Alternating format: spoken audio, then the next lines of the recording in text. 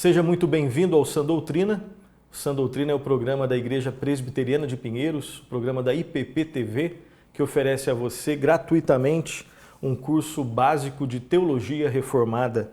Esse é o nosso 40º programa, Sã Doutrina, o programa de número 48, e nós estamos estudando Cristologia, as verdades acerca da pessoa do Senhor Jesus Cristo.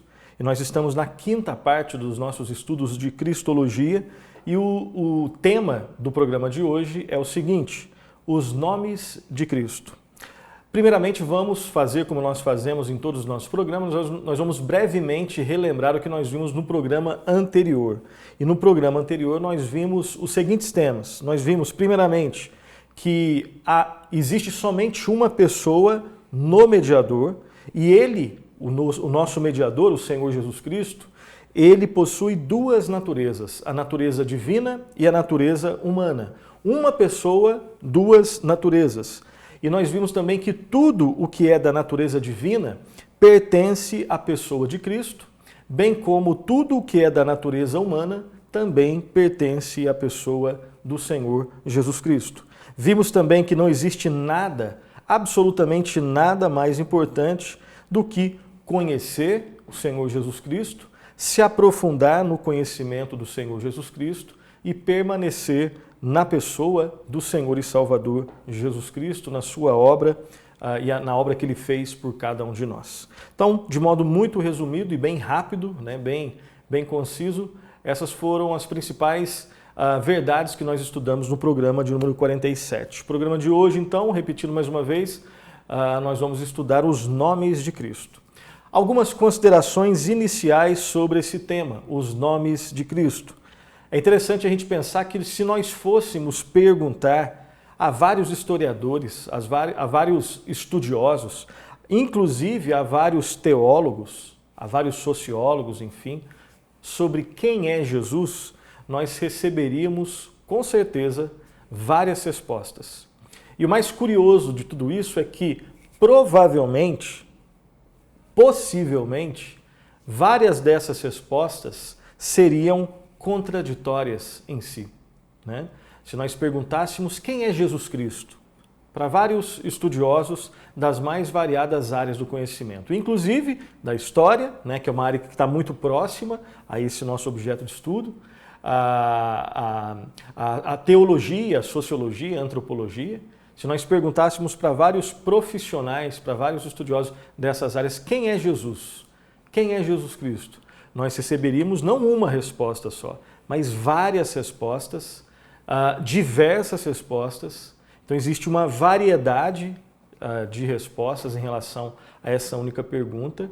E o que nós queremos destacar aqui é que, muito provavelmente, várias dessas respostas elas seriam, boa parte delas seriam contraditórias, né? Elas não se encaixariam, não se complementariam, mas elas, apresentariam uma tensão. E isso o primeiro destaque que nós queremos fazer aqui é esse, né?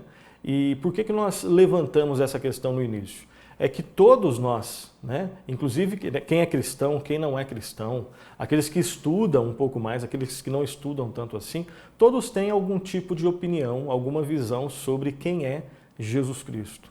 A questão é quais são as referências que nós utilizamos para buscar entender, quem é Jesus Cristo. Uma segunda consideração que nós queremos fazer aqui é que a influência do Senhor Jesus Cristo o torna o objeto de revisão, normalmente de acordo com um preconceito de quem o interpreta. Não sei se deu para entender, eu quero repetir mais uma vez. A influência de Jesus o torna objeto de revisão, de acordo com o preconceito de quem o interpreta. Vamos explicar um pouquinho mais o que nós estamos dizendo aqui, tá? Muitos intérpretes, muitos daqueles que buscam entender quem é Jesus Cristo, eles remodelam, eles refazem a identidade de Cristo para que Cristo, esse Cristo que agora eles estão inventando, se adeque à sua própria vida. Ele seja agora um aliado das suas causas. E aí, nesse caso, trata-se Jesus como se fosse alguém que pode ser remodelado. E nesse caso também, trata-se de um Jesus feito à sua própria imagem e semelhança. Eu quero compartilhar com você uma frase, vai ser colocada aí na sua tela, uma frase do R.C. Sproul, né, um teólogo que nos deixou alguns anos atrás, e ele disse o seguinte, ilustrando o que nós estamos falando aqui. Ele disse o seguinte, acompanhe a leitura desse parágrafo aqui do R.C. Sproul. Abre aspas. Os liberais do século XIX acharam um Jesus liberal. Os existencialistas acharam um herói existencial, ou existencialista, né? Os marxistas descobriram um revolucionário político. Os idealistas acharam um Jesus idealista. Os pragmáticos descobriram um Jesus pragmático. E aí o Sproul finaliza dizendo, preste atenção que isso aqui é muito interessante, investigar atrás, né, investigar a pessoa de Cristo, ou ir além do Novo Testamento, é procurar uma agulha num palheiro com as velas do orgulho e preconceito. Olha só o que o Sproul está dizendo, né? Investigar atrás ou ir além do Novo Testamento nessa busca por quem é Jesus. Né? É como se fosse procurar uma agulha num palheiro, usando para isso as velas do orgulho e do preconceito. Tudo isso que nós falamos aqui, nós queremos destacar, ou de tudo isso que nós falamos, queremos destacar que, do ponto de vista bíblico, obviamente, do ponto de vista cristão, do ponto de vista reformado, nós só temos um referencial confiável a partir do qual nós podemos ter as informações, as verdades confiáveis acerca de quem é Jesus Cristo, que é a própria palavra de Deus. Mas as pessoas buscam entender quem é Cristo a partir de outros referenciais. E elas vão ter uma opinião sobre Cristo, mas não é sobre Cristo que elas estão falando, né? Elas vão, na verdade, reinventar, remodelar, né? Elas vão revisar a pessoa de Cristo à luz dos seus próprios preconceitos, à luz do seu próprio orgulho. E a pessoa que elas vão conhecer é qualquer outra pessoa, menos a pessoa do Senhor Jesus Cristo. Isso pode acontecer com qualquer pessoa quando relativiza-se às Escrituras. Outras considerações iniciais, ainda estamos nas considerações iniciais, tá? Não existe nenhum personagem da história que tenha provocado mais estudo, mais crítica, mais preconceito e mais devoção do que a pessoa do Senhor Jesus Cristo. E as perguntas são, nesse momento, por que isso ocorre? Por que estudar a pessoa de Cristo, né? Por que Jesus Cristo provoca tanto estudo? Provocou e continua provocando. Provoca tanta crítica, tanto preconceito, tanto ódio, tanto amor, tanta devoção, tanta rejeição, né? E também, obviamente, tanta devoção. Seria falta de evidência? Será que essa confusão toda se deve à falta de evidência? Certamente não. A resposta é não. As críticas que são feitas, os preconceitos, a devoção, a rejeição, essa multifacetada, essas múltiplas opiniões que existem acerca do personagem, da pessoa do Senhor Jesus Cristo, não se deve por causa de falta de evidência. Não é isso, não é essa a questão. A resposta é incredulidade. Quando nós cremos que a palavra de Deus expressa a revelação de Deus para o homem, né, e o referencial acerca da pessoa de Cristo, então nós vamos conhecer quem é Jesus Cristo. Esse conhecimento não será exaustivo, nós não conseguiremos esgotar, nós não estamos falando isso, né, mas certamente estamos falando de um conhecimento objetivo, do conhecimento seguro acerca de quem é, né, o que fez, quem é a pessoa do Senhor Jesus Cristo. Mas quando nós nos reportamos a outros referenciais, além das Escrituras, certamente, então, nós conheceremos uma outra pessoa, né? E como nós falamos no início, né? Guiados pelo preconceito e pelo orgulho, né? Pela rejeição às Escrituras, nós vamos ter uma visão, uma opinião sobre quem é Cristo. mas na verdade não é Cristo que nós estamos, não é de Cristo que nós estamos falando, né? Continuando então ainda nas nossas considerações iniciais, muitas pessoas, isso aqui é muito importante, muitas pessoas querem redefinir o cristianismo. E para redefinir o cristianismo, elas têm que antes redefinir Cristo, porque sem Cristo não existe cristianismo. Então olha só, se eu quero redefinir o cristianismo, eu tenho que redefinir a pessoa de Cristo. Por quê? Porque sem Cristo não existe cristianismo. Mas para que Cristo seja redefinido, antes eu tenho que neutralizar, relativizar e distorcer as Escrituras Sagradas. Por quê? Porque Jesus Cristo é apresentado nas Escrituras Sagradas. Então lembre-se dessa espécie de roteiro que nós acabamos de apresentar aqui. Quando eu quero redefinir o cristianismo, eu tenho que redefinir quem é Cristo. Porque sem Cristo não existe cristianismo. Mas para redefinir quem é Cristo, eu tenho que antes neutralizar, eu tenho que relativizar, eu tenho que distorcer as Escrituras. Porque Cristo é conhecido nas Escrituras. Então existe uma linha que liga, né? uma linha que nós podemos observar uma certa ordem de causa e efeito entre distorção das Escrituras, distorção de quem é Cristo e distorção do cristianismo. E nós vivemos, não que só a nossa época seja assim. Isso acontece desde que o cristianismo está aí na realidade. Mas nós vivemos numa época que tem as suas próprias especificidades, né? Os seus próprios tons característicos, assim como toda época, mas vivemos numa época onde essa distorção ela ganha uma proporção maior, né? Essa distorção ganha um tom assim cada vez mais violento, onde as pessoas buscam de maneira cada vez mais explícita, intencional e focada distorcer as Escrituras para que um Cristo diferente, que não é Cristo, seja apresentado e para que o cristianismo seja redefinido, ok? O mesmo Sproul, né, o R.C. Sproul, que é um teólogo que nós estamos utilizando aqui na aula, no programa de hoje, ele afirma o seguinte, essa frase vai ser projetada aí para você. Lá está escrito assim: sem a Bíblia, nada podemos saber sobre o Jesus real.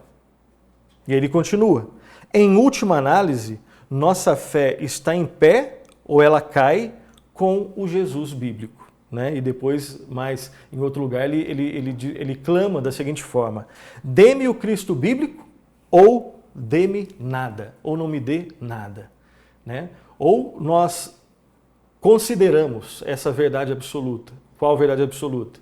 De que só é possível conhecer a Cristo a partir das Escrituras, e são as Escrituras o referencial seguro para apresentar quem é Jesus Cristo, ou então nós vamos distorcer tanto as Escrituras quanto a pessoa, o nosso entendimento sobre a pessoa do Senhor Jesus Cristo.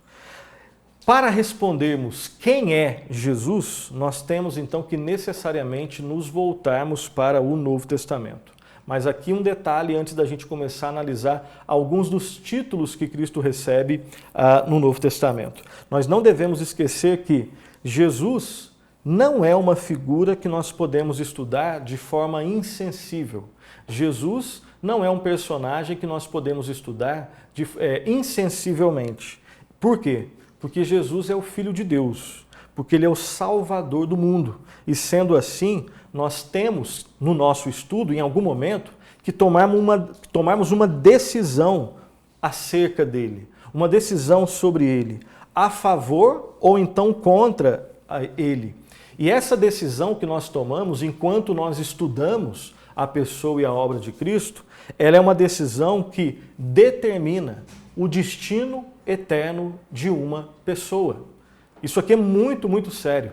É impossível estudar a pessoa de Cristo de forma insensível, de forma totalmente distante, sem que isso tenha consequências eternas. Por quê? Porque Cristo não é simplesmente um personagem. Cristo é o Filho de Deus. Cristo é o Criador. Cristo é o Deus encarnado. Ele é o Salvador, o Redentor, o único Senhor Redentor.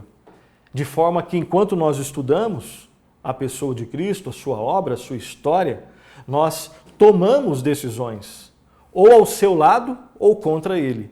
E essas decisões, essa decisão que nós tomamos, estando ao seu lado, nos prostrando aos seus pés e reconhecendo a sua divindade, a sua redenção, ou então rejeitando a sua divindade e o fato de que ele é o único redentor, isso tem consequências eternas, o que faz do estudo da pessoa e da obra de Cristo algo de uma magnitude que nós não conseguimos observar em outros estudos, né? Não se pode ignorar essas verdades que acabamos de apresentar aqui.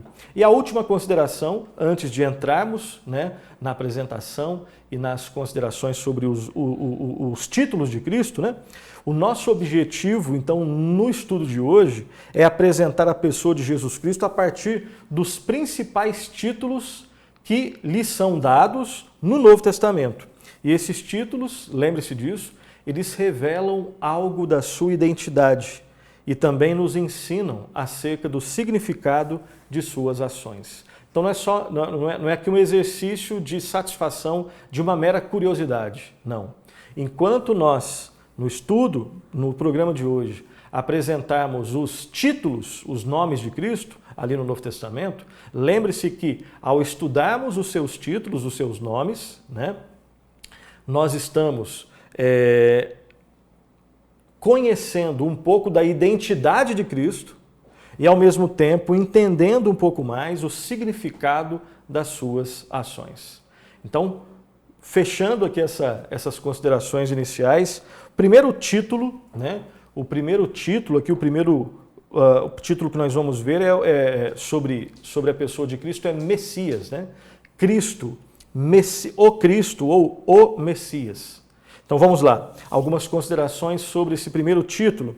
Primeiro, é interessante notarmos que normalmente nós consideramos Jesus Cristo, né, o nome Jesus Cristo, como se fosse o nome completo de Jesus. Assim como de repente tem lá José da Silva, né, o meu nome, Nilson Ribeiro, né, o nome de Cristo é Jesus Cristo, o nome completo. Mas na verdade, Jesus é um nome e Cristo é um título que Jesus tem. E esse é o título mais utilizado no Novo Testamento para se referir a Jesus. Então, primeira informação que nós temos aqui, né? Jesus é o nome, Cristo é o título e é o mais utilizado no Novo Testamento para se referir ao Senhor Jesus Cristo. Algumas considerações sobre a expressão Cristo, o título Cristo. Cristo vem da palavra grega Christos, que significa ungido e que corresponde à palavra hebraica Messias, né? Mexia. E a palavra Messias significava inicialmente, basicamente o seguinte: a ideia de Messias é ungido de Deus separado para uma tarefa específica. O ungido de Deus separado para uma tarefa específica. Esse é o aspecto geral, tá, do título Messias. Havia então em Israel, nós devemos lembrar aqui, havia em Israel muita expectativa em torno daquele que estava por vir e havia algumas linhas de interpretação sobre essas expectativas messiânicas. Se nós fôssemos judeus daquela época, nós seríamos educados, né, culturalmente, de maneira que nós entenderíamos isso daqui de uma maneira muito fácil. E nós teríamos o que os autores chamam de expectativas messiânicas. Quem é o Messias?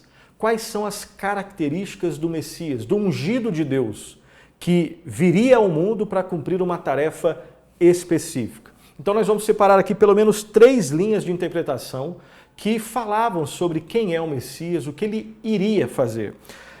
Primeira linha, existia então aqueles que acreditavam que o Messias viria para vencer o domínio romano e para restaurar a independência de Israel.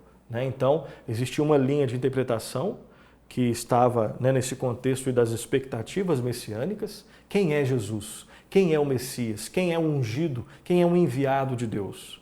O enviado de Deus, segundo essa primeira linha interpretativa, seria aquele que viria para nos libertar do domínio romano, libertar os judeus do domínio romano, né, e restaurar a independência de Israel. Aqui, pano de fundo, né, é a escravidão, né, é o domínio que os romanos tinham sobre o povo de Israel.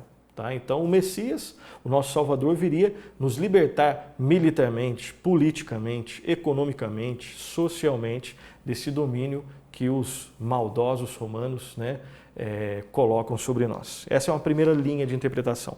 Há uma segunda linha de interpretação que, de forma geral, dizia e entendia o seguinte: eles entendiam que o conceito, essa segunda linha entendia que o conceito de Messias era o do servo sofredor de Israel, aquele que levaria os pecados do povo, né? À luz do profeta Isaías, de textos ali no livro do profeta Isaías, o Messias, ele não teria necessariamente essa característica de libertador militar, de libertador nacional, mas seria o servo sofredor de Israel que nos libertaria, nos lavaria e levaria, né, os pecados que nós cometemos como povo de Deus, como povo de Israel. E uma terceira, a última linha que nós vamos apresentar aqui, uma outra linha de interpretação, entendia que o Messias era o Filho do Homem, né, que é um outro título que nós vamos analisar hoje no nosso programa. Ele é o Filho do Homem, um ser celestial que desce à terra para julgar o mundo. Filho do Homem, que desce à terra, um ser celestial que desce à terra para julgar o mundo. Então, basicamente, essas três linhas de interpretação. Uma pergunta aqui que nós vamos levantar. Como que um homem poderia ser ao mesmo tempo um ser celestial, um ente celestial e um rei terreno, um juiz universal e um servo humilhado? Porque essas descrições aqui, né, nós só levantamos essas três linhas de interpretação, daqui a pouco nós vamos analisar os outros títulos, né? O primeiro título que nós estamos tentando entender é o título Cristo, Messias, o enviado, o ungido de Deus, né? E aí o povo de Israel tinha essas expectativas messiânicas. E a pergunta que nós fazemos aqui, observando algumas expressões dessas três linhas de interpretação que nós acabamos de apresentar, é: como um homem poderia ser ao mesmo tempo um ser celestial e um rei terreno? Um juiz universal e um servo humilhado? Parece que essas são descrições aqui que se auto-anulam, né? Se eu sou um servo humilde, um servo que vem para sofrer, eu não sou um rei que vem julgar. A princípio são coisas diferentes, mas em Jesus nós temos essas realidades ao mesmo tempo. Ao mesmo tempo. Então, para tentar responder essa pergunta que nós fazemos aqui, nós vamos para o segundo título.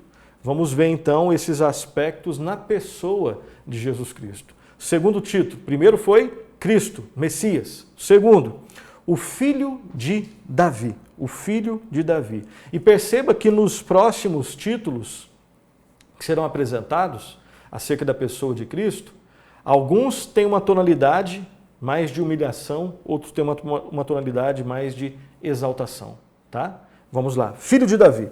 Algumas considerações. Então, como já dissemos, o povo de Israel estava oprimido, né, sob o jugo do Império Romano, e havia a esperança nutrida pelo livro, o livro de Deus, né, o Antigo Testamento, de que Israel seria restaurado.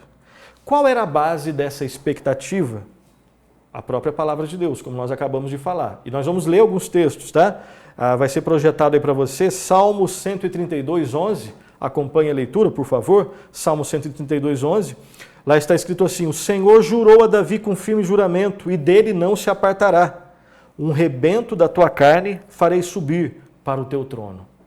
Então esse era um dos vários textos que deixavam muito claro, né, que Deus havia estabelecido, dado essa promessa. O Senhor jurou a Davi com firme juramento e não vai se apartar dele. E o que isso quer dizer?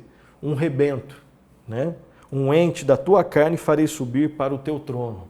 Ou seja, o rei voltaria, né? O retorno do rei, o rei retornaria, né? O próximo texto, nós vamos ficar em dois textos aqui a princípio. Profeta Amós, capítulo 9, versículo 11, Amós 9, 11, está escrito assim: naquele dia levantarei o tabernáculo caído de Davi. Naquele dia, ou seja, vai existir um dia onde o tabernáculo caído de Davi será levantado pelo próprio Deus. Esperança de que o povo de Deus seria restaurado, porque um Salvador, Cristo, viria para salvar. Então, com a vinda de Jesus, A noção do cumprimento da promessa do Messias real da linhagem de Davi foi despertada novamente. E Jesus é considerado o filho de Davi, aquele que anuncia e inaugura o reino de Deus. É o filho de Davi que é maior do que Davi. Isso aqui é também o que a palavra de Deus nos ensina. Jesus é chamado de filho de Davi, mas ele não é menor do que Davi, ele é maior do que Davi. Ele é da linhagem de Davi e muito maior do que Davi. Vamos lembrar aqui de duas ocasiões passadas aqui por João Batista, tá? Primeiro, Evangelho de João, capítulo 1, versículo 29, Evangelho do Senhor Jesus, narrado por João, capítulo 1, versículo 29.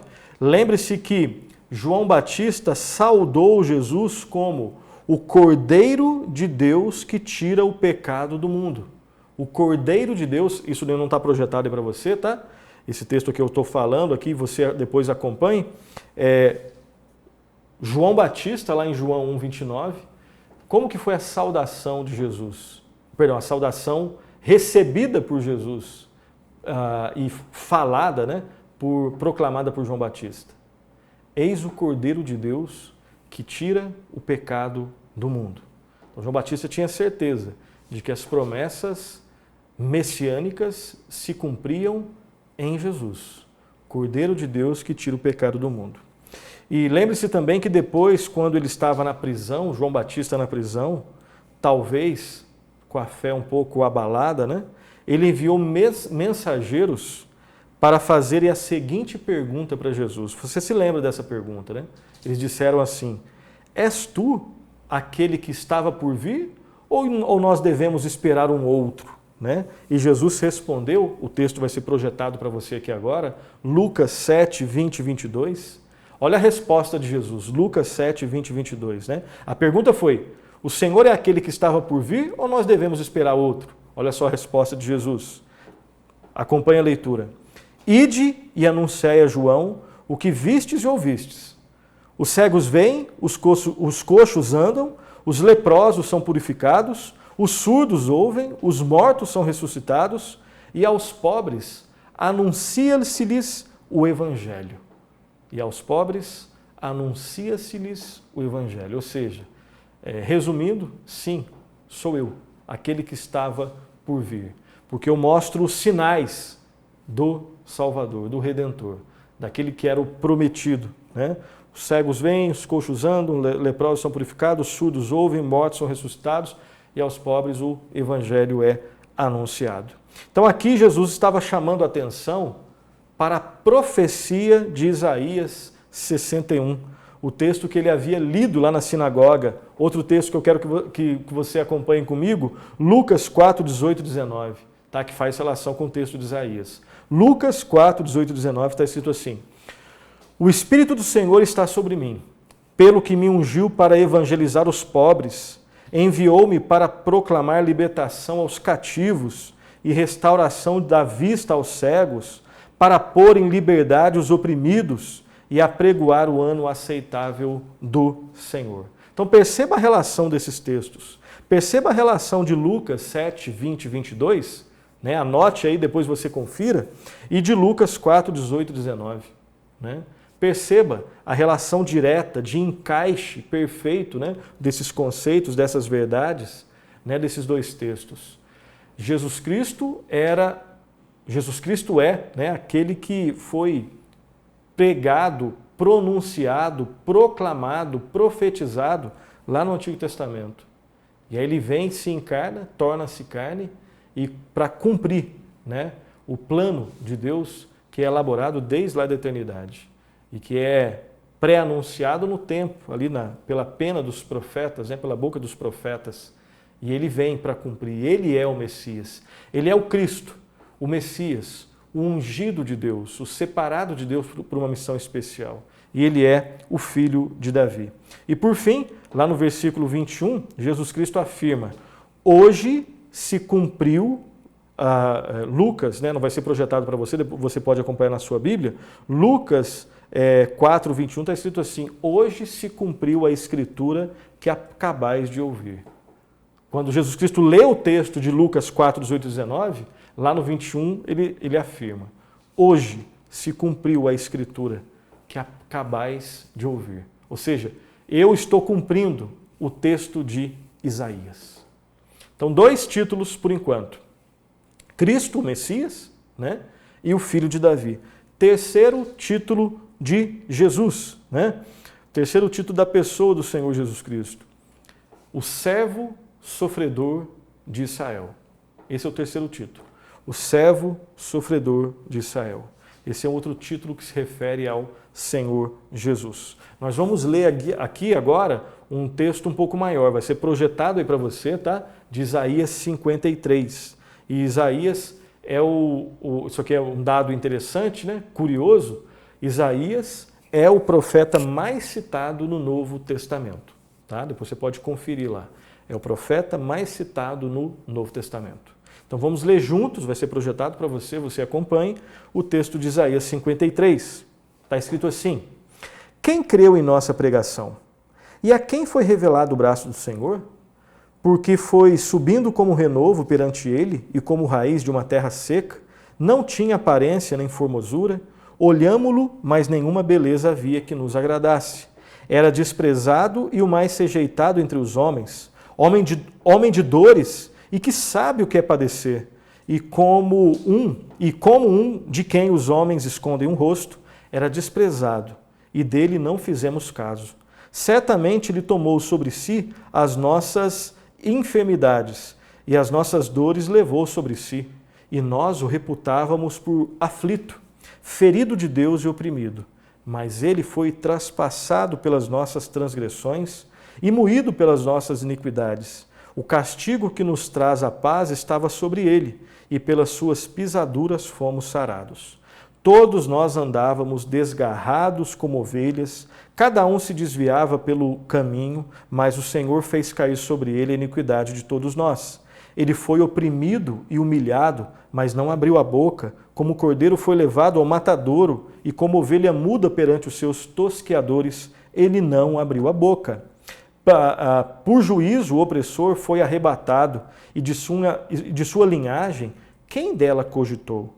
Porquanto foi cortado da terra dos viventes por causa da transgressão do seu povo. Ele foi ferido.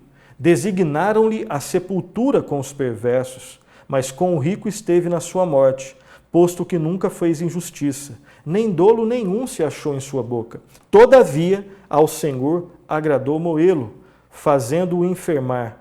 Quando der ele a sua alma como oferta pelo pecado, verá a sua posteridade e prolongará os seus dias, e a vontade do Senhor prosperará nas suas mãos. Ele verá o fruto do penoso trabalho de sua alma e ficará satisfeito. O meu servo, o justo, com seu conhecimento, justificará muitos, porque as iniquidades deles levará sobre si. Por isso, eu lhe darei muitos como a sua parte, e com os poderosos repartirá ele o despojo, porquanto derramou a sua alma na morte. Foi contado com os transgressores, contudo levou sobre si o pecado de muitos, e pelos transgressores intercedeu. Quantas verdades aqui, quantas verdades profundas, né, que mereceriam muitas e muitas aulas nesse texto de Isaías 53, que fala sobre esse título, sobre o conceito, sobre as verdades por detrás, né, contidas nesse título. Jesus, o servo sofredor de Israel.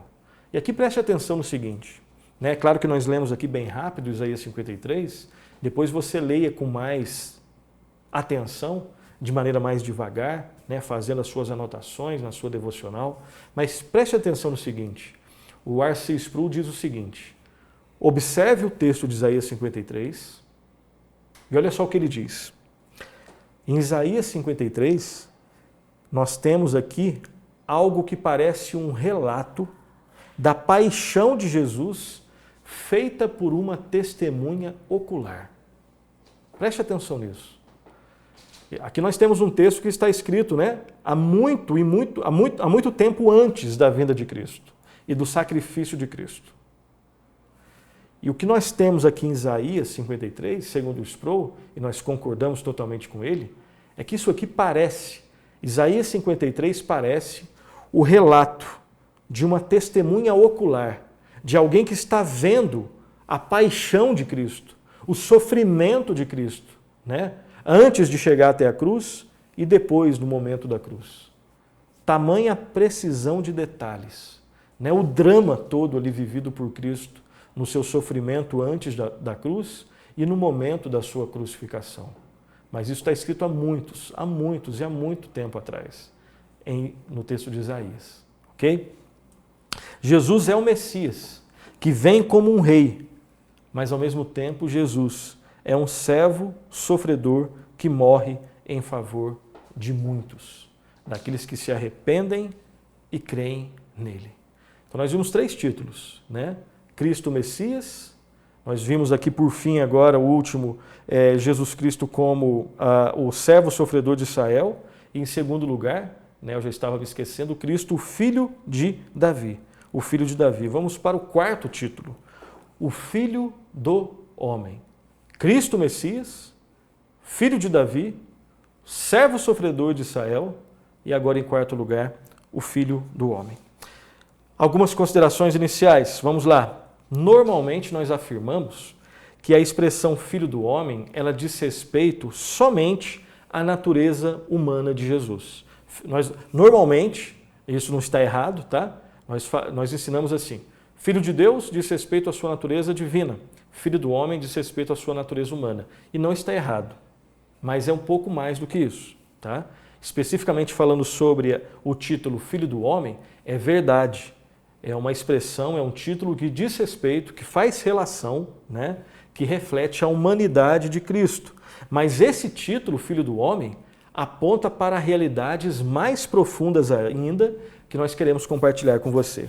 Primeira informação aqui, além dessa, né, é que esse é o 3º título mais utilizado no Novo Testamento para se referir a Jesus. O primeiro é Cristo, o segundo é Senhor e o terceiro é esse daqui que nós estamos estudando, né? O Filho do Homem. Primeiro Cristo, depois Senhor, depois Filho do Homem. Filho do Homem ocorre 84 vezes e 81 dessas 84 vezes ocorrem no Evangelho. Tá? Então você tem 84 vezes esse título no Novo Testamento e 81 vezes nos Evangelhos. Tá? As outras 3 provavelmente nas cartas de Paulo. A maioria das vezes em que esse título ocorre nos Evangelhos, ou seja, a maioria dessas 81 vezes, essa expressão é usada por Jesus para falar de si mesmo, ou seja, é um título que Cristo usa para falar de si mesmo. É o título mais usado por Jesus para a sua autodescrição. Isso aqui é muito interessante também, muito curioso, né? Aponta, tá nos ensinando algo aqui, tá? E a pergunta, por que Jesus Cristo usou o título Filho do Homem? Por quê? Uma resposta possível é que isso reflete, sim, a sua humildade. Reflete a sua humanidade, mas por que Jesus Cristo ele utiliza Filho do Homem para falar de si mesmo? É porque ele vem numa missão específica. E ele realmente é o exemplo perfeito da humildade. E Filho do Homem expressa de modo perfeito a sua perfeita humildade. Mas ocorre que esse título aponta para mais do que isso. Filho do Homem sinaliza humildade, mas sinaliza outras realidades. Nós queremos compartilhar isso com você. Observe João 3,13. Observe, nós vamos ler agora. Acompanhe a leitura, vai ser projetado para você. João 3,13, está escrito assim: Ora, ninguém subiu ao céu senão aquele que de lá desceu, a saber, o Filho do Homem. Preste atenção aqui. Aqui, Filho do Homem está relacionado não à humildade, e não é que ele é orgulhoso, não é isso, tá? Isso aqui nós estamos fazendo essa relação de antônimos aqui. Mas aqui, nesse texto de João 3,13, Filho do Homem fala principalmente, pressupõe humildade, né? Mas fala principalmente de um ser celestial. Olha lá o texto. Ora, ninguém subiu ao céu, senão aquele que de lá desceu, a saber quem? O Filho do Homem. Então aqui Filho do Homem está relacionado à verdade de um ser celestial que desceu do céu. Posteriormente ele subiria ao céu, mas primeiramente ele desceu do céu. E esse ser é um ser que expressa perfeita humildade. Nós não vamos ler aqui, mas fica de indicação, e você pode conferir o texto de Daniel, os textos de Daniel 7 e de Apocalipse 1 e Apocalipse 5, capítulo 1 e capítulo 5, mostram o Filho do Homem, né? Mostram o Filho do Homem, e aqui fazendo uma correção, né? 84 vezes nós temos a expressão Filho do Homem, 81 vezes nos Evangelhos, né? E aí eu disse que nas cartas de Paulo, não, em Apocalipse, né? Apocalipse. Aqui Filho do Homem como alguém de esplendor e poder. Isso não entra em choque com a humildade, não é isso, tá? Mas aqui nós queremos destacar que Filho do Homem, além de primeiramente expressar humanidade, além de expressar também humildade, expressa também um ser celestial e expressa também esplendor e poder, e você pode conferir depois Daniel 7 e depois Apocalipse capítulo 1 e Apocalipse capítulo 5. Outros textos, próximo texto vai ser projetado aí para você. Marcos 2, 28, está escrito assim: o Filho do Homem é Senhor também do sábado. Então aqui está expressando, Filho do Homem expressa senhorio, que em nada entra em contradição com a sua humildade. Mas aqui, nesse texto, é senhorio. O Filho do Homem é Senhor do sábado, ok? E no contexto dessa citação, desse texto aqui que foi que eu acabei de ler com vocês, de Marcos 2, 28, dê uma olhada no contexto todo, né? Aqui Jesus Cristo mostra a sua autoridade, quando ele faz um milagre no sábado. E o último texto desse título aqui, Lucas 5, 24. Lucas 5, 24, está escrito assim: para que saibais que o Filho do Homem tem autoridade para perdoar pecados. Jesus Cristo, ele cura, e Jesus Cristo pode falar: os teus pecados estão perdoados. Ele tem autoridade para curar e autoridade para perdoar pecados. Só Deus pode perdoar pecados. Jesus Cristo perdoa pecados. Jesus Cristo é Deus. E qual que é o título utilizado? Aqui, Filho do Homem. Então, Filho do Homem expressa, pela última vez, humanidade de Cristo, humildade perfeita de Cristo, a sua origem celestial e a sua autoridade, a sua soberania, a sua divindade também. Então perceba, é verdade que Filho do Homem expressa humanidade, mas Filho do Homem também, nesse texto aqui de Lucas 5, 24, expressa divindade. Né? É o próprio Lucas que deixa bem claro: para que saibais que o Filho do Homem tem autoridade para perdoar pecados. Só Deus pode perdoar pecados. Né? E aqui poderia estar escrito Filho de Deus, mas aqui está escrito Filho do Homem. Então o Filho do Homem também está num contexto de apontar e expressar a divindade do Senhor Jesus Cristo. Ok? Quinto título da pessoa do Senhor Jesus: Senhor. É o segundo mais utilizado, Senhor. É o segundo título mais usado para se referir a Jesus. E o ensino básico que nós temos aqui é que Jesus é o Senhor. Ele é soberano, ele é o soberano sobre toda a criação. E o apóstolo Paulo, isso aqui é muito interessante também, o apóstolo Paulo se apresentava em suas cartas como um escravo de Cristo. E não pode existir um escravo sem antes existir um Senhor. E o Senhor de Paulo é o Senhor Jesus Cristo. Paulo era um escravo, um servo do Senhor Jesus Cristo. E aqui nós temos, né, uma bendita ironia, né, nessa relação aqui de escravo e senhor. Né? Biblicamente, quando nós falamos de senhorio de Cristo no Novo Testamento, né, de escravidão, né, escravidão no seguinte sentido: o cristão como escravo de Cristo, nós temos a certeza que somente é na escravidão a Cristo que o ser humano, que o homem pode experimentar a sua real liberdade. Né? Eu sei que escravidão, nós já falamos isso em programas lá no início lá do Sã Doutrina, né? Escravidão é uma expressão que está carregada de significados pejorativos e não sem motivos. Né? Quando nós pensamos na escravidão romana, quando nós pensamos na escravidão lá nos Estados Unidos, lá na Inglaterra, na escravidão no Brasil colonial, né? Então é uma palavra, sim, cercada de um sentido pejorativo, não sem motivos. Mas é possível, tá? Tire agora esse sentido histórico, desses eventos históricos e desses períodos históricos que eu citei. Realmente a escravidão, e tudo isso que foi citado, escravidão no contexto romano, no contexto norte-americano, né, no contexto inglês, na Europa, né, nos séculos XVI, XVII, XVIII, XIX, e também, ou na servidão naquela época, né, e na escravidão no contexto do Brasil colonial, principalmente. Retire isso agora, tá? E tente entender escravidão num outro sentido. A pergunta que eu te faço, né, existe a possibilidade de pensar escravidão num sentido positivo, tirando essa questão histórica, repito mais uma vez, tire. É possível? É possível, claro que é possível, tá? É sempre, se você quer entender se existe a possibilidade de entender escravidão no sentido positivo, faça sempre a pergunta: quem é o Senhor? Porque no relacionamento de escravidão existe sempre o Senhor e o escravo, né? Ou o Senhor e o servo, né? Mas vamos trabalhar com o conceito de escravo. Então pense sempre no Senhor e no escravo. Se você faz a seguinte pergunta: quem é o Senhor?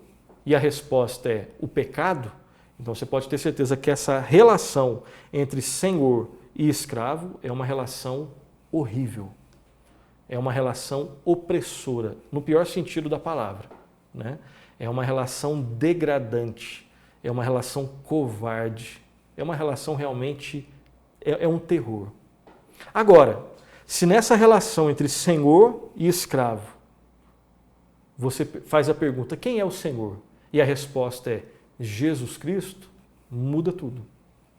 Então, se nós queremos perceber a possibilidade de entender a expressão ou a realidade da escravidão numa tonalidade positiva, e digo mais, na tonalidade libertadora, por mais paradoxal que seja, é só você perguntar: quem é o Senhor? Se a resposta é o Senhor é Jesus Cristo, então essa relação entre Senhor e escravo é uma relação maravilhosa. Porque se o Senhor é o pecado, é uma relação horrível, horrorosa.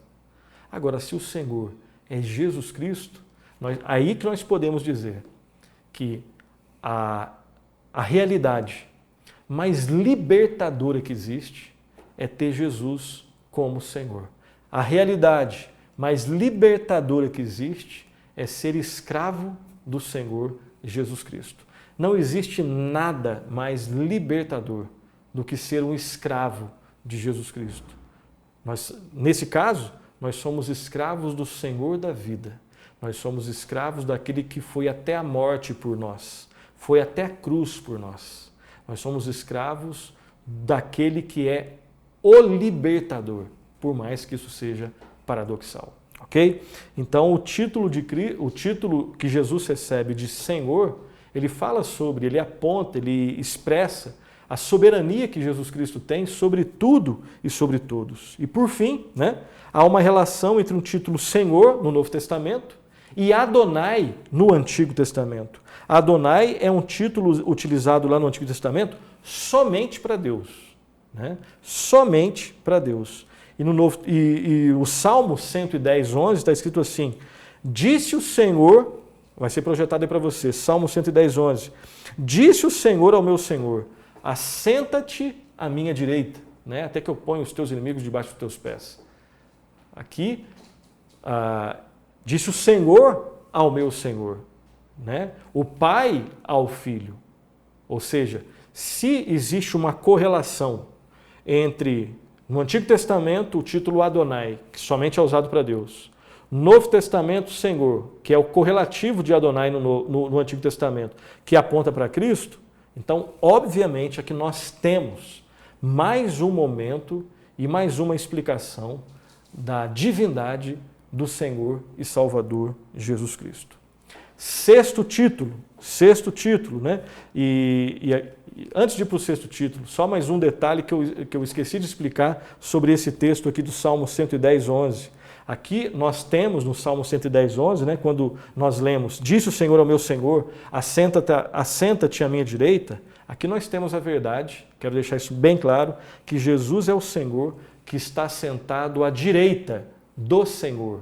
Né? Aqui você percebe na sua Bíblia que disse o Senhor, todas as letras maiúsculas, então é Jeová. Né? Aqui no caso é o Pai. E o próximo Senhor, disse o Senhor ao meu Senhor, só a primeira letra aqui que é maiúscula. Então, disse Jeová a Adonai. Né? Disse Jeová, disse Yahvé a Adonai. Existem dois deuses? Não, é só um Deus só. Então, aqui nós temos mais um texto que mostra a verdade da existência de somente um Deus, mas de uma pluralidade de pessoas na divindade. Tá? Então, embora nós não tenhamos nas Escrituras, nós tivemos algumas aulas sobre isso. É só você correr atrás da nossa playlist lá do Sã Doutrina, onde nós falamos da doutrina da Trindade. Né? O fato de que só existe um Deus, mas em 3 pessoas. O Pai, o Filho e o Espírito Santo. Esse é um dos textos que nós podemos nos basear de modo claro para falar sobre essa realidade. Agora sim, fechando, e vamos para o 6º título, Filho de Deus. Tá? Falamos do Filho do Homem, que aponta para humanidade, humildade, senhorio, né, e também divindade. Agora, Filho de Deus, o 6º título. O Novo Testamento narra poucas ocasiões em que Deus falou do céu. Né? Quando ele o fez, entretanto, foi para anunciar algo impressionante. Foi para anunciar que Jesus Cristo era seu Filho. Primeiro texto, quero ler junto com você, Mateus 3,17. Vamos ler todos juntos? Mateus 3,17. Este é meu Filho amado em quem me comprazo. Este é meu Filho amado em quem tenho todo o meu prazer. É Deus falando do céu. E foram poucas vezes que você vê esse tipo de relato, onde Deus fala do céu. Mas quando ele fala é para anunciar algo maravilhoso, estrondoso, né? Muito significativo. E nesse caso, o batismo de Jesus. Próximo texto, projetado aí para você, Marcos 9:7. Marcos 9:7. Este é meu Filho amado, a ele ouvi. Então é o Pai falando sobre o Filho. Então o título que foi dado do céu a Jesus é Filho de Deus. Né? E trata-se de um título que aponta também para a sua divindade, a divindade de Jesus. 7º título, Logos. Esse é um outro título direcionado, né, aplicado à pessoa de Jesus. Logos. Alguns comentários sobre esse título. Primeiro, o texto clássico onde ele está presente, João, Evangelho do Senhor Jesus, narrado por João, capítulo 1, versículo 1. Leia, tá? Acompanhe a nossa leitura, vai ser projetado para você. João 1:1.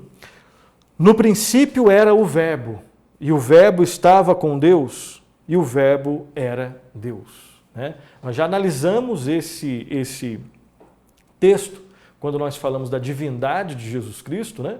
E infelizmente algumas pessoas têm essa dificuldade ainda, mas é algo que a Bíblia ensina de forma clara, que Jesus Cristo, ele é Deus, ele é o Deus Filho, né? E aqui nós vamos fazer outros comentários, especificamente com esse foco sobre a questão do título Logos aplicado a Cristo. Né? Então, como nós sabemos, nós vamos repetir aqui um pouco de algumas coisas que nós falamos em alguns programas atrás, a expressão Logos, ou a palavra Logos, era uma palavra carregada de conteúdo e de um significado filosófico muito grande ali na cultura grega. Né? Basicamente, existem 2 sentidos para essa palavra, para essa expressão Logos. Primeiro sentido, Logos significava, de forma simples, palavra, pensamento ou conceito. De forma bem simples é isso. Palavra, pensamento ou conceito. E de uma maneira um pouquinho, né, de forma mais aprofundada, o conceito de Logos aponta para o princípio do universo, a substância a partir da qual tudo fora criado. Aquela que dá ordem, aquela que organiza as coisas que foram criadas. Ok? Então o Logos, sentido mais básico, palavra, conceito, pensamento, e no seu sentido mais conceitual, é a substância, a partir da qual tudo se originou e a partir da qual tudo foi ordenado também. Então guarda essas informações, tá, da cultura greco-romana. Quando João, conscientemente e guiado pelo Espírito Santo, se utiliza da expressão Logos, da cultura grega e aplica a Jesus Cristo, ele ressignifica, obviamente. Ele ressignifica. Quando João usa essa palavra, ele dá a essa palavra um sentido judaico-cristão, afirmando, preste atenção, duas novas verdades que são chocantes. E são coisas realmente que são novas, tá? Primeiro, o Logos não é um princípio. O Logos não é impessoal. O Logos é uma pessoa. Isso é escândalo para os gregos, tá? No conceito grego é um princípio, algo etéreo, né? Algo impessoal. Não, João não faz isso. João utiliza-se dessa expressão, ressignifica essa expressão, dando-lhe um sentido judaico-cristão. E agora ele afirma essas duas verdades acerca do Logos quando ele aplica essa expressão a Cristo. Primeiro, Logos não é um princípio. Logos é uma pessoa. E segundo lugar, o Logos veio em carne. O Logos se encarnou. E isso também isso constrange os gregos. Isso é um escândalo para os gregos. Porque na concepção grega, né, como nós bem sabemos, o espírito, aquilo que é espiritual, etéreo, né, a alma, isso é algo bom, positivo. Agora, aquilo que é matéria, isso é algo mal. E o Logos, aquilo que deu origem às coisas e que ordenou as coisas, é algo muito bom e, por definição, não pode ser algo material. João diz que o Logos não é um princípio, é uma pessoa e mais. O Logos se tornou carne. O Logos se tornou carne. E aí, nós podemos ver, né, no versículo 14 de João, e eu quero só colocar esse texto aqui, depois você pode conferir, não vai ser projetado para você, quando João diz assim, e vimos a sua glória, glória como do unigênito do Pai. O Verbo se tornou carne, habitou entre nós e vimos a sua glória, glória como do unigênito. Aqui não é só o primeiro, unigênito no sentido de o principal, o unigênito do Pai. Então Cristo é o Logos, não é um princípio. Cristo é a pessoa, é o Criador. Né? Gênesis 1:1, no princípio criou Deus os céus e a terra. Aí você vai para João 1, no princípio era o Verbo estava com Deus e o Verbo era Deus. Né? São textos que são correlatos. Né? Então, Logos. Oitavo título, Salvador. Salvador, vamos lá. Esse é o último título que nós vamos ver, ok? Então, Salvador é o título que expressa a obra, Senhor, senhorio, Salvador, a obra que Jesus Cristo veio realizar, a obra de Jesus de forma mais completa. Jesus Cristo veio para salvar. Jesus significa o Senhor salva, né? O nome Jesus significa o Senhor salva, ou então aquele por meio de quem o Senhor salva. E esse título nos desafia a encarar o estudo sobre Cristo, encarar o estudo cristológico, né, da cristologia, de uma forma pessoal. O que eu devo fazer? O que eu devo fazer a respeito do meu pecado? Qual é a esperança que existe para homens e mulheres pecadores e sem a ajuda de Deus condenados ao inferno, né? Destinados à condenação? Então, quando nós estudamos, que nós falamos lá no início dos nossos estudos, né, não dá para estudar cristologia de forma, né, totalmente distante e sem consequências eternas. Porque nós estamos estudando aquele que é o Filho de Deus. E nós teremos algum tipo de posição em relação a ele. Ou nós vamos para o seu lado, ou nós o confrontamos. E na opção A ou na opção B, isso tem consequências eternas. Ou nós nos arrependemos dos nossos pecados e cremos em Cristo como nosso Senhor Salvador, ou então nós o rejeitamos e continuamos a acreditar em nós mesmos. Qual é a sua opção? Né? E principalmente nesse último título aqui, Jesus é Salvador. Ou eu falo, Senhor, me salve, tem misericórdia de mim, sê propício a mim, pecador. Me salve, porque eu estou condenado, mas me salve, por favor. Ou então, eu continuo desprezando. Então não dá para estudar a pessoa de Cristo de forma distante e impassiva, né? E, na verdade, quando nós queremos ficar distantes, nós já estamos tendo, né? Nós já estamos expressando a nossa posição. Tá? Algumas outras considerações. Além desse título, né? Nos desafiar a encarar diretamente essa questão pessoal. O que eu faço da minha vida? O que eu faço com os pecados? Existe esperança para mim? E Jesus Cristo diz, existe, é em mim mesmo. E nós podemos dizer sim ou nós podemos dizer não. Né? Alguns preferem negar o seu pecado, negar a existência de Deus e inventar um Deus para eles mesmos, que na verdade, né, quando nós não consideramos, quando nós não cremos no Deus verdadeiro, nós nos consideramos deuses. Né? Existe, biblicamente, somente uma pessoa que se qualifica como Salvador. Somente um tem o poder sobre a vida e sobre a morte, que é Jesus, o Senhor, Jesus, o Salvador. Então esses são, né, alguns títulos, não são todos, Jesus Cristo tem outros títulos, mas esses são, no programa de hoje nós estudamos de forma bem rápida, bem breve, esses 8 títulos que falam sobre Jesus Cristo, que respondem à pergunta, quem é Jesus? Quem é Jesus? E eu quero ler o último texto com você no programa de hoje, João 20, 30 e 31. João 20, 30 e 31. Acompanhe a leitura. Na verdade, fez Jesus diante dos discípulos muitos outros sinais que não estão escritos neste livro. Estes, porém, foram registrados para que creiais que Jesus é o Cristo, o Filho de Deus, e para que crendo tenhais vida em seu nome. Ou seja, a palavra de Deus é viva. Especificamente os evangelhos, né, também, obviamente, são vivos. Né? É palavra viva. E os evangelhos foram registrados, e aqui especificamente está falando do evangelho de João, né? Aquilo que foi narrado não é tudo que aconteceu, mas o que aconteceu, que é suficiente para nós, foi registrado para que nós creiamos. E para que crendo, nós tenhamos não só informações na nossa cabeça, é mais do que isso, olha só o que está escrito aqui. Estes, porém, foram registrados para quê? Para que creiais que Jesus é o Cristo, que Jesus é o Messias, que Jesus é o enviado, o ungido de Deus para nos salvar, o Filho de Deus, o próprio Deus Filho. E mais, e para que crendo tenhais o quê? Vida em seu nome.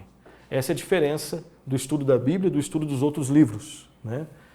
A Bíblia é um livro vivo, é a palavra de Deus viva, que promove vida. Né? É alimento espiritual. É alimento intelectual também, mas é mais do que isso, é alimento espiritual. E tudo isso foi registrado para que eu e você, para que nós tenhamos vida eterna, comunhão com Deus. É mais do que viver para sempre, é ter comunhão com Deus. Isso só é possível quando se conhece salvificamente quem é Jesus Cristo. Ele passa a ser o seu Senhor e o seu Salvador. Termino o programa de hoje com as seguintes considerações e aplicações. Primeiro, vimos então os seguintes títulos referentes a Jesus: Cristo Messias, o Filho de Davi, Servo sofredor de Israel, Filho do homem, Senhor, Filho de Deus, Logos e Salvador. Esses títulos mostram verdades maravilhosas acerca da pessoa e da obra do Senhor Jesus Cristo, sua humanidade, alguns deles falam mais sobre a sua humanidade, e sobre a sua divindade, alguns deles falam mais sobre a sua divindade. E a única fonte confiável para o conhecimento de Cristo é a Escritura Sagrada. E nós vivemos, atenção, tempos em que a cultura busca ou eliminar o cristianismo ou distorcer o cristianismo. Para distorcer o cristianismo, deve-se distorcer o entendimento da pessoa de Cristo. E para se distorcer o entendimento da pessoa de Cristo, deve-se distorcer as Escrituras. Atenção, as Escrituras bem interpretadas, elas sempre revelarão a Cristo.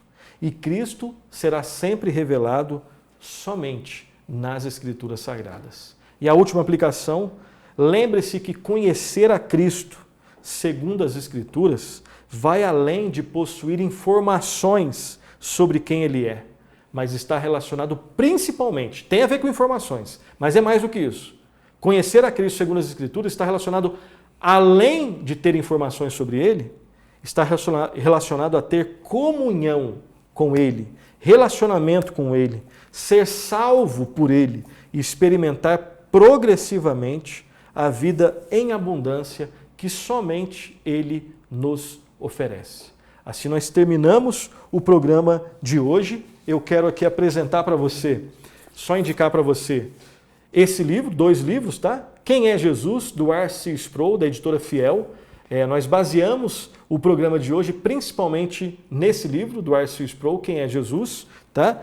E esse outro livro, que nós já apresentamos uma outra vez, vamos representar aqui, Em Defesa de Cristo, do Lee Strobel, da Thomas Nelson Brasil. Tá? Esse livro aqui é fantástico também, é um estudo um pouco mais aprofundado sobre vários temas relacionados à pessoa de Jesus Cristo, tá? E busca responder à questão, né? Existe evidência crível, né, de que Jesus de Nazaré é realmente o Filho de Deus? Você tem dúvidas de que Jesus Cristo é o próprio Deus? De que Jesus Cristo é o Filho de Deus, a segunda pessoa da Trindade? Leia esse livro, tá? Leia esse livro aqui que pode muito te ajudar. Assim nós terminamos o nosso programa de hoje. Até a próxima semana, onde nós vamos estudar no próximo programa, Deus permitindo, os estados de Cristo. E vamos estudar especificamente, Deus permitindo, o estado de humilhação. O estado de humilhação de Cristo. Mas isso para o próximo programa. Bons estudos, que Deus muito o abençoe.